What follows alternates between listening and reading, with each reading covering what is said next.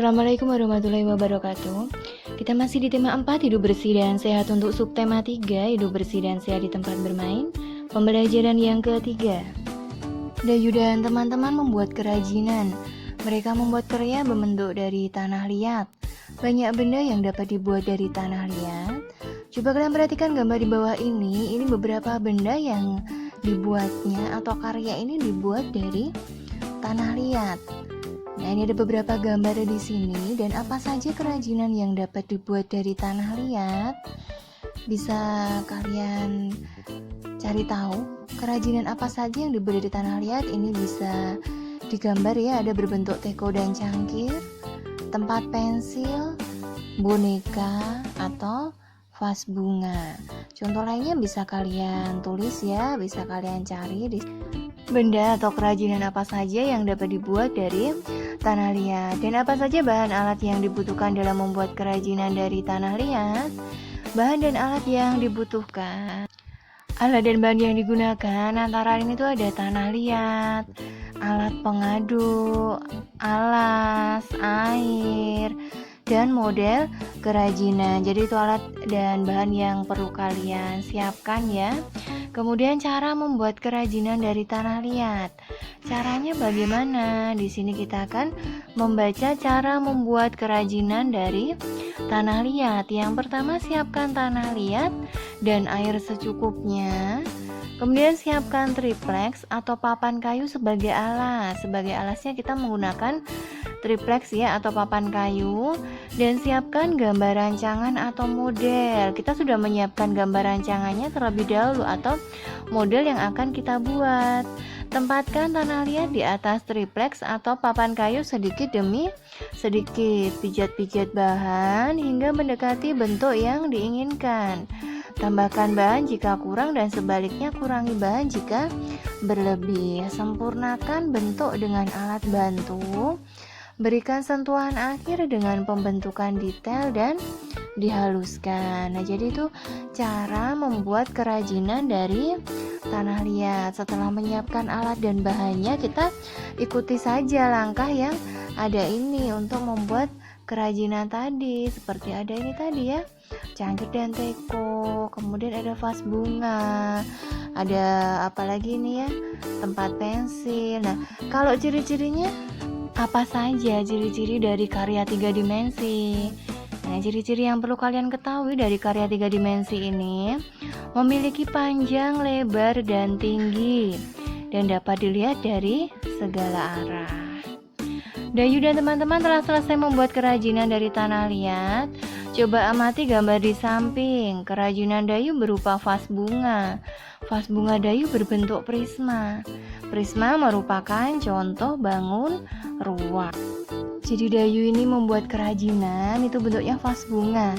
Nah, vas bunga Dayu ini berbentuk prisma. Kita belajar lagi mengenai bangun ruang. Masih ingatkah kamu dengan ruas-ruas garis pada bangun ruang? Bangun ruang itu ada ruas garisnya. Sekarang kita lihat dari vas bunga Dayu tadi ya. Nah, kalau begitu mana saja yang merupakan ruas-ruas garis pada prisma? Coba kalian sekarang perhatikan bangun prisma ini. Pada prisma segitiga di atas terdapat ruas-ruas garis, yaitu AB, BC, AC, DE, EF, DF, AD,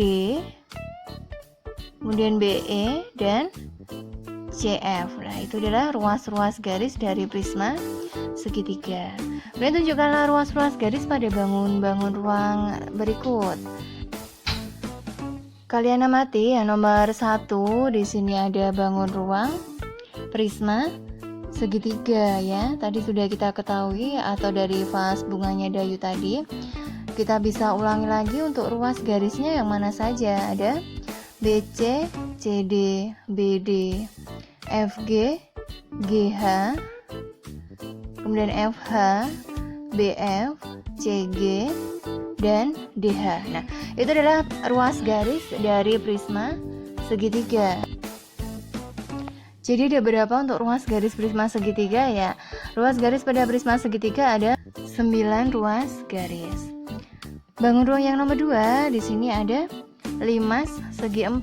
Kalau limas segi 4, ruas garisnya yang mana saja di gambar ini?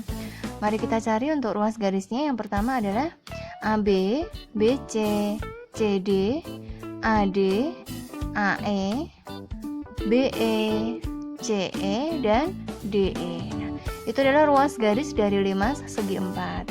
Jadi total ruas garis pada limas segi 4 ada berapa kira-kira? Ada 8 ya, 8 ruas garis. Yang nomor 3 di sini adalah bangun ruang limas segitiga ya. Untuk limas segitiga di gambar ini kita cari ruas garisnya ya. Ruas garisnya yang mana saja? Kita coba cari AB, BC, AC, AD, BD, dan CD. Nah, itu adalah ruas garis dari limas segitiga. Total seluruhnya ada 6 ruas garis. Bangun ruang yang nomor 4 atau keempat, di sini ada limas segi 5 ya. Limas segi 5 di sini untuk ruas garisnya yang mana saja? Kita cari dari AB, itu yang pertama AB, kemudian BC, CD, DE, AE, AT, BT, CT, DT, dan ET ya.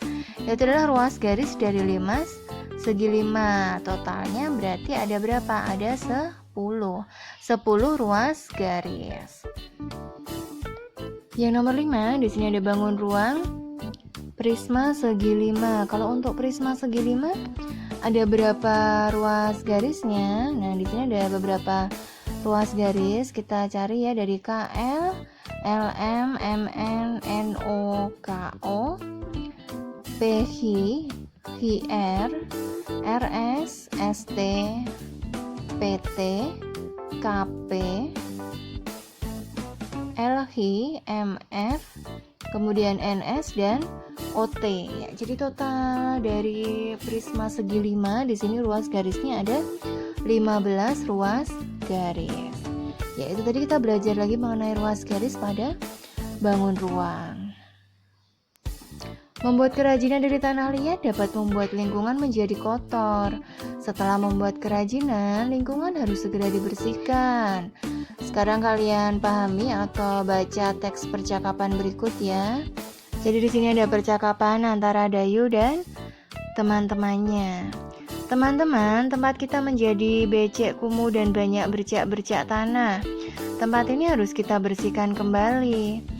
Betul kata Dayu, tempat ini juga berantakan.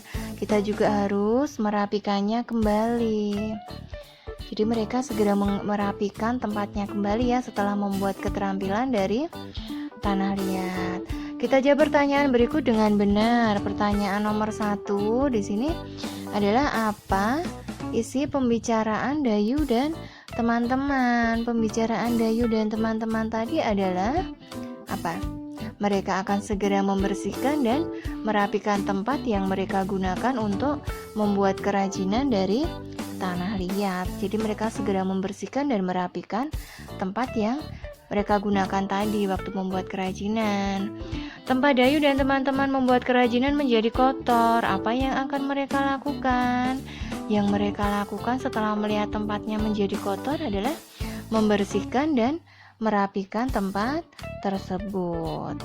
Pertanyaan yang nomor 3 di sini adalah apa yang akan kamu lakukan jika kamu menjadi salah satu teman Dayu di tempat membuat kerajinan itu? Jadi kamu salah satu teman Dayu tadi, yang kamu lakukan apa jika melihat tadi? Yang akan aku lakukan adalah membantu Dayu membersihkan dan merapikan tempat itu. Jadi membantu membersihkan serta merapikan. Apakah kamu setuju dengan sikap Dayu dan teman-teman? Setuju ya, karena sikapnya baik, harus segera membersihkan karena mejanya sudah kotor. Apa yang akan terjadi jika tempat membuat kerajinan yang kotor dibiarkan? Yang akan terjadi apa bila tadi kotornya dibiarkan, tidak dibersihkan? Maka akan menjadi kumuh dan tidak nyaman untuk membuat kerajinan berikutnya. Jadi harus segera dibersihkan ya. Istilah teka-teki silang berikut dengan benar. Kita belajar mengisi teka-teki silang dari sudah yang disediakan di sini ya. Di sini dari mendatar. Nomor 1 adalah Tempat yang berair itu apa? Ya, tempat yang berair itu berarti becek tadi ya. Kalau menurun sekarang nomor 2 ada noda atau kotoran berupa bintik-bintik kecil. Apakah? Ya, itu adalah bercak ya, 2 menurun. Untuk nomor 3 di sini kotor dan tercemar. Apa ya? Kalau nomor 3 berarti kalau untuk kotor dan tercemar itu berarti kumuh ya, nomor 3 menurun. Bacalah teks berikut dengan nyaring. Di sini ada bacaan teks, mari kita membacanya. Tempat yang kumuh dan becek harus dibersihkan. Tempat yang kumuh dan becek harus dibersihkan. Tempat kumuh membuat lingkungan bau. Bau tidak enak akan membuat tempat tidak nyaman. Udara di sekitar menjadi tercemar. Pencemaran lingkungan bisa menimbulkan penyakit. Tempat yang becek juga dapat membahayakan diri. Tempat yang becek mengandung air, jika tidak berhati-hati, saat berjalan dapat terpeleset dan jatuh. Kepala bisa terbentur ke lantai. Oleh sebab itu, kita harus menjaga keselamatan diri. Caranya dengan menjaga kebersihan lingkungan agar tidak kumuh dan becek.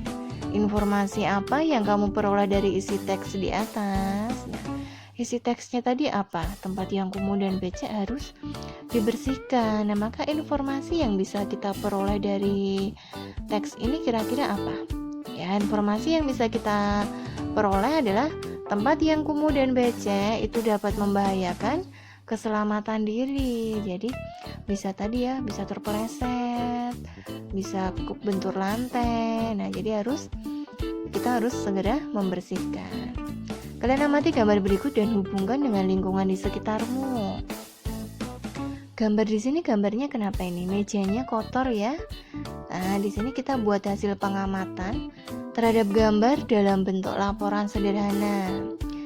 Setelah kita mengamati gambar ini tadi, kita coba buat laporannya. Ini adalah lingkungan yang becek dan kumuh. Salah satu contoh bentuk laporannya seperti ini ya, kalian perhatikan. Lingkungan yang becek dan kumuh sangat tidak enak dipandang mata. Lantai yang becek dan barang-barang yang berantakan dapat membahayakan keselamatan diri. Lingkungan yang becek dan kumuh dapat menjadi sarang penyakit. Ya, jadi ini adalah hal yang tidak boleh dicontoh, tidak boleh kita tiru karena ini lingkungan yang becek dan kumuh, tidak sehat. Ya. Anak-anak, ini untuk pembelajaran yang ketiga. Sampai bertemu di pembelajaran yang keempat. Selamat belajar. Wassalamualaikum warahmatullahi wabarakatuh.